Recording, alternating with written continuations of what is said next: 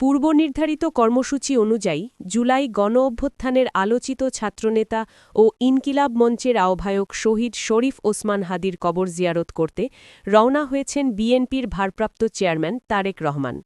শনিবার ২৭ ডিসেম্বর সকাল ১০টা ৪০ মিনিটের দিকে তিনি গুলশানের বাসভবন থেকে ঢাকা বিশ্ববিদ্যালয়ের অভিমুখে যাত্রা শুরু করেন।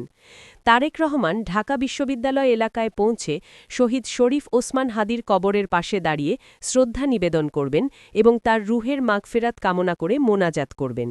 এই সময় বিএনপির জ্যেষ্ঠ নেতারা তার সঙ্গে উপস্থিত থাকবেন। কবর জিয়ারত শেষে তারেক রহমানের নির্বাচন কমিশন কার্যালয়ে যাওয়ার কথা রয়েছে, যেখানে তিনি নিজের জাতীয় পরিচয়পত্র, এনআইডি ও ভোটার হওয়ার আনুষ্ঠানিক প্রক্রিয়া সম্পন্ন করবেন। এর আগে বিএনপির পক্ষ থেকে জানানো হয়, শনিবার নির্বাচন কমিশনে গিয়ে ভোটার নিবন্ধন আবেদন করবেন তারেক রহমান। গত সোমবার ২২ ডিসেম্বর বিকালে রাজধানীর আগারগাঁওয়ের নির্বাচন ভবনে প্রধান নির্বাচন কমিশনার এএমএম নাসির উদ্দিনের সঙ্গে বৈঠক শেষে বিএনপির স্থায়ী কমিটির সদস্য সালাহউদ্দিন আহম্মদ এ তথ্য জানান।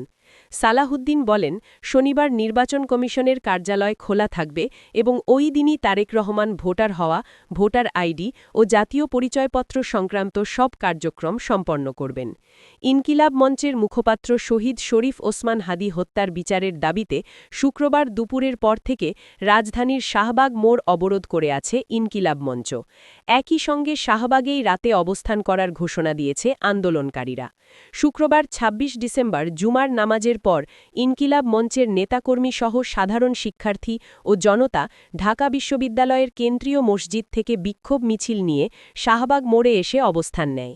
ইনকিলাব মঞ্চের সদস্য সচিব আবদুল্লাহ আল জাবের সন্ধ্যায় অবরোধ কর্মসূচিতে বলেন, খুনিদের গ্রেফতার করতে আমরা ২৫ ডিসেম্বর পর্যন্ত সরকারকে সময় দিয়েছিলাম।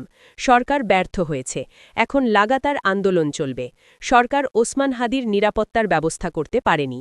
এখন খুনিদের গ্রেফতার না করা পর্যন্ত সরকার পদত্যাগও করতে পারবে না। পদত্যাগ কোনো সমাধান নয়, খুনিদের গ্রেফতারই একমাত্র সমাধান। তিনি বলেন, আমরা এই জনগণ রাজপথে নেমেছি শহীদ ওসমান হাদির রক্তের বদলা নেওয়ার জন্য। যতক্ষণ পর্যন্ত সরকারের উপদেষ্টারা এখানে এসে জনগণের সামনে জবাব না দেবেন, ততক্ষণ পর্যন্ত আমরা শাহবাগ ছাড়ব না। আমরা রাতভর অবস্থান করব। যতক্ষণ পর্যন্ত খুনিদের গ্রেফতার না করা হয়, অবরোধ কর্মসূচি চলবে। অবরোধের কারণে শাহবাগ ও আশেপাশের এলাকায় যান চলাচল বন্ধ হয়ে যাওয়ায় ভোগান্তিতে পড়েছেন সাধারণ মানুষ। পরিস্থিতি নিয়ন্ত্রণে আইনশৃঙ্খলা বাহিনীকে সতর্ক অবস্থানে থাকতে দেখা গেছে। বিএনপির ভারপ্রাপ্ত চেয়ারম্যান তারেক রহমান আগামীকাল শনিবার ২৬ ডিসেম্বর বেলা ১১টায় ইনকিলাব মঞ্চের মুখপাত্র শরীফ ওসমান বিন হাদি কবর জিয়ারত করবেন। শুক্রবার ২৬ ডিসেম্বর দলীয় সূত্রে এ তথ্য নিশ্চিত করা হয়েছে। এ সময় তারেক রহমানের সঙ্গে থাকবেন বিএনপি মহাসচিব মির্জা ফখরুল আলমগীর সহ দলের সিনিয়র নেতারা। কবর জিয়ারত শেষে নির্বাচন কমিশনে এনআইডি রেজিস্ট্রেশনে যাবেন তিনি। এরপর সেখান থেকে জুলাই গণঅভ্যুত্থানে আহতদের দেখতে পঙ্গু হাসপাতালে যাবেন বলেও নিশ্চিত করে দলীয় সূত্র। আজ বিকালে তার বাবা শহীদ রাষ্ট্রপতি জিয়াউর রহমানের কবর জিয়ারত করেন তিনি। বৃহস্পতিবার বাংলাদেশ বিমানের একটি ফ্লাইটে দেশে ফেরেন তারেক রহমান। পরবর্তীতে রাজধানীর পূর্বাচলের ৩০০ ফিট এলাকায় তাকে সম্বর্ধনা দেওয়া হয়। সেখান থেকে এভারকেয়ার হাসপাতালে মা খালেদা জিয়াকে দেখে গুলশানের বাসভবনে পৌঁছান তিনি। ইনকিলাব মঞ্চের মুখপাত্র শহীদ শরীফ ওসমান হাদি হত্যার বিচারের দাবিতে রাজধানীর শাহবাগ মোড় অবরোধ করেছে তার সংগঠন। শুক্রবার ২৬ ডিসেম্বর দুপুর ২টার পর থেকে সেখানে অবস্থান নেন ছাত্র জনতা। রাত ৯টায় এই রিপোর্ট লেখা পর্যন্ত তারা শাহবাগ অবরোধ করে রেখেছেন এবং এই অবরোধ তারা চালিয়ে যাওয়ার ঘোষণা দিয়েছেন। পরিস্থিতি খারাপ করা হলে প্রধান উপদেষ্টার বাসভবন যমুনা ঘেরাও করতে বাধ্য হবেন বলেও হুঁশিয়ারি দিয়েছেন অবরোধকারীরা। এর আগে শুক্রবার বিকালে ইনকিলাব মঞ্চ ফেসবুকে দেওয়া এক স্ট্যাটাসে বাংলাদেশের জনগণকে ওসমান হাদি হত্যার বিচারের দাবিতে শাহবাগে এসে অবস্থান করার আহ্বান জানান। সন্ধ্যা ৬টা ৩০ মিনিটের পর সরজমিনে দেখা গেছে বিক্ষোভকারীরা আন্দোলন চালিয়ে যাচ্ছেন। অবরোধের ফলে শাহবাগ মোড় দিয়ে যান চলাচল বন্ধ হয়ে রয়েছে।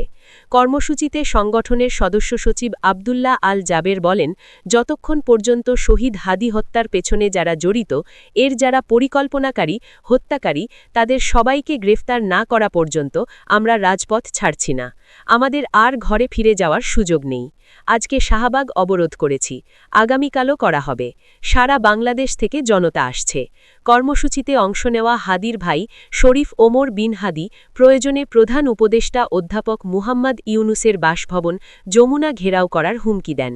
তিনি বলেন, সরকারের অবস্থা দেখে বোঝা যায় বিচার নিয়ে তাদের কোনো আগ্রহ নেই।